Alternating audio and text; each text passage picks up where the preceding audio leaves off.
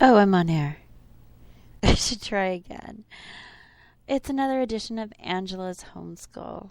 It's been a long day. We've done a lot of activities. And, it's time for curriculum call out. Yeah, I said it.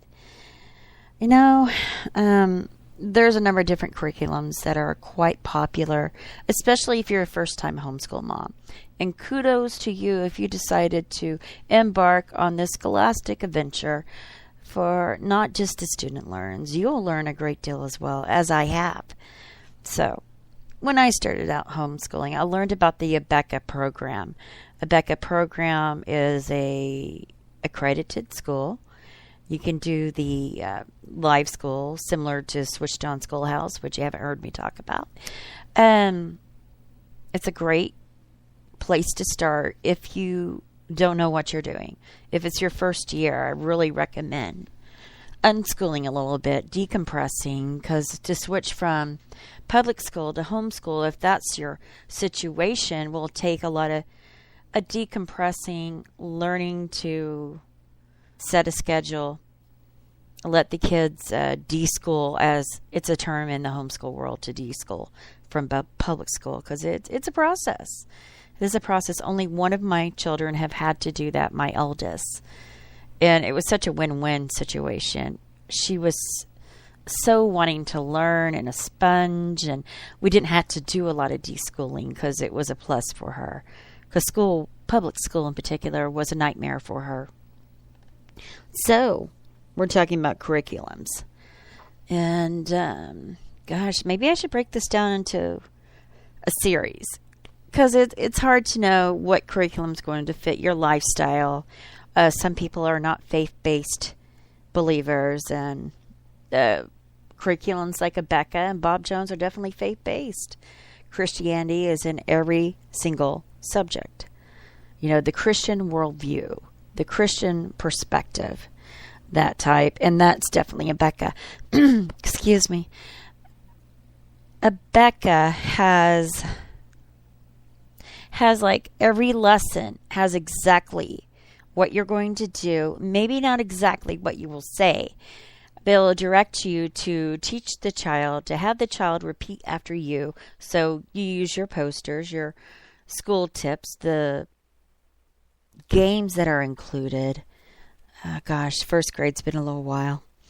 But I have a child that had autism for the first 5 years of her life, and we did a lot of therapy, and she's recovered now, fully recovered as of her developmental pediatric, that he made that call. And for years, and I mean years, every 6 months we went there to get reevaluated. And every 6 months he'd put his left hand on my right shoulder. It was always the right shoulder. He goes, "Your child has autism." And I would again report back that, she can look at me, when I call her name, and I would say her name, and I would have to do the sign for look, which is a V in sign language, to look at me. And he would report back to me that she is trained. She couldn't say her name. She couldn't count to 10, and she was 4 years old.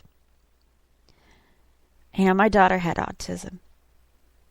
So one of the curriculums that I like to use, and a lot of it I invented it myself for a child with autism on the curriculum. But I really enjoyed using the Bob Jones curriculum. It is a Christian-based curriculum. Very conservative. Very conservative. Bob Jones University. That's where this curriculum comes from, where it's developed. And it is tested on a classroom size unit with a teacher and I believe 19 children. They test it out before they put it out there, which I am very grateful for. There's nothing worse than a bad curriculum, especially one that does not suit your family or your children's learning styles. There's just so much that goes into the curriculum, the learning styles, your teaching methods, and maybe you're not able to get out as much. Maybe you're homebound. Perhaps that child has some health problems. You cannot take that child outside the home. I mean, so many possibilities. Where do you start? I'm almost feeling sorry for that first-time homeschool parent or caregiver. I do a nonprofit. It's called Book Benevolence, and we give away curriculum that's donated from Becca Bob Jones, many different curriculums, and families. It's only families helping families. And I get all these first-time homeschool parents. They'll come in, and I know the look. They look a little dazed and overwhelmed, very overwhelmed look. And they look around, and our Book Benevolence, our simple Book Benevolence, is in an unfinished sanctuary. It's very dusty. The church did not grow as was expected, so they're using that area, the unfinished sanctuary, for many wonderful uses. This is a phenomenal church that we have our Book Benevolence in, and I am so very grateful for it. So the caregiver, maybe it's both mom and dad, maybe it's the grandparent that is going to homeschool the child, or another caregiver. They come in and they have this dazed look. And oftentimes it will be a parent of a special needs child, because in our school district, a lot of those children fall through the cracks. And we're able to homeschool. It's guaranteed in our state constitution of Oklahoma. Do not let them think that you cannot homeschool, that it's a law that your child has to go to public school in the state of Oklahoma. Not true. You have more rights to homeschool in this state than any other state in the union. We are the easiest state to homeschool in. That is a fact. Now, I do endorse school testing. That I think that should be a requirement to homeschool, just so that the teacher, the caregiver, the parent will know where their child is at, so they can better plan for the following school year. How can you know where to go, how to finish your road trip, if you don't know where you're at? You got to find the right highway to get on. And I look at these curriculums as different highways to get to the goal, which is an independent person, hopefully, that is going to college. But college is not for everybody, and I know this. And that's difficult for me to accept at times. And, some people are very hands-on, or they want to go into the armed forces. And sitting in a classroom is just not for them. Or a desk job, a 9-to-5 desk job. Let me see, one moment. And I'm glad for the people listening in the chat room. I'm hoping that I will get more people from my community to come listen when I do this live. I'm going to have to do it earlier. I can't do it this late. This is late for me to be up. I'm hoping to get questions about curriculums. What do I do? And maybe they're from a different state. I know a little bit about some of the state's requirements, say Pennsylvania, New York, and California. Arkansas, I definitely know a little bit about Arkansas, their laws. But curriculum. So you're a first-time homeschool parent, and you're unsure of which way to go. Now, this depends on the age of your child, how active, if they had been in public school, how active you were with the teaching. How involved were you? Do you know how your child learns? Is your the child that is multisensory? There's a lot of different things. You can take a cake pan and you can use cornstarch or sand. I prefer cornstarch personally. Sand just seems to get everywhere, and, well, it's a mess. Cornstarch is too. I really advise putting some newspaper underneath the cake pan before you start this. And for the spelling lessons, like the, some, the basic sight words, have them take their finger in the cornstarch and make the word like you would in a sand, how you would write in the sand. Have them write in cornstarch. That is one way. Pinto beans are a wonderful manipulative, provided that they don't stuff the pinto bean up their nose, to learn how to count. Some kids are conceptual in the way that they learn. So if you were good in geometry in high school or junior high, depending on when you took it, it might be that you're a conceptual learner. Let me explain this to you. You have a child that's learning addition. I've used this example many times. You tell them, 10's having a party. 2 wants to go. Who does 2 bring to the party of 10? Yeah, I talk like that. Who does 2 bring to the party of 10? 2 brings 8. And you can have pinto beans.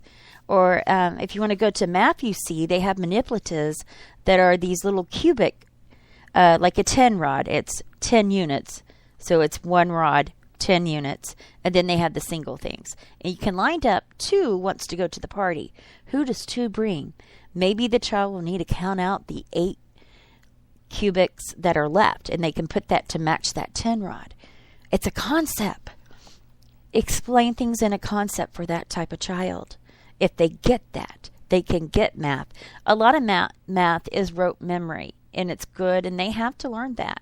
But for them to get it, for them to perceive it in their mind, in thought, in form, you may have a multisensory learner that needs to be taught in a way that is conceptual. Now, this is not taught in the schools anymore, except in a few select special ed classes. This used to be the way things were taught. So Mortensen Math is an old curriculum back in the 70s and into the 80s. Those were the people that would say, 10's having a party. Who wants to go with 2? You know, it was like a little sing-song. So Mortensen Math morphed into Math UC. And that's still a very popular math curriculum because you can use a CD to teach the things that you may not be comfortable teaching. I taught college algebra at my college when I went to college.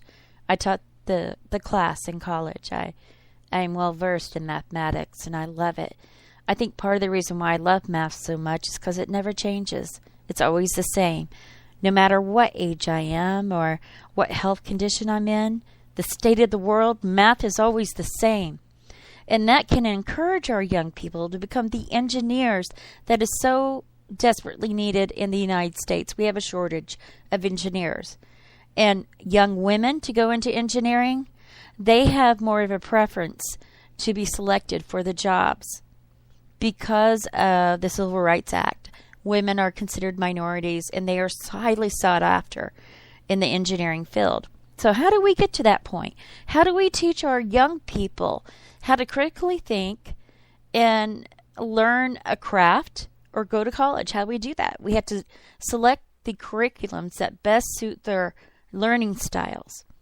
Now, I mentioned Abeka. It has like lesson 13. Have the child trace the letter T if it's in primary. It's really a fast-forward curriculum. I do think their math is quite challenging in the Abeka. So if you have a child that's at a normal pace, what I call a normal pace, instead of 3rd grade, if they're in the 3rd grade, you might want to look at their 2nd grade math. They are a little bit more forward on that. Bob Jones. I love Bob Jones because it is so visual.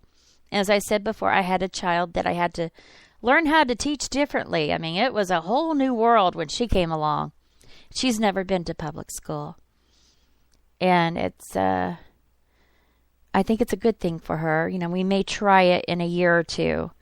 So she'll have access to orchestra and band. She's very musically talented, and why not let her try? She's able to speak. She could speak 2 languages by age 7. She wrote her first book at age 7. She's 10. I think she's doing well for the doctors who told me not to expect much of her.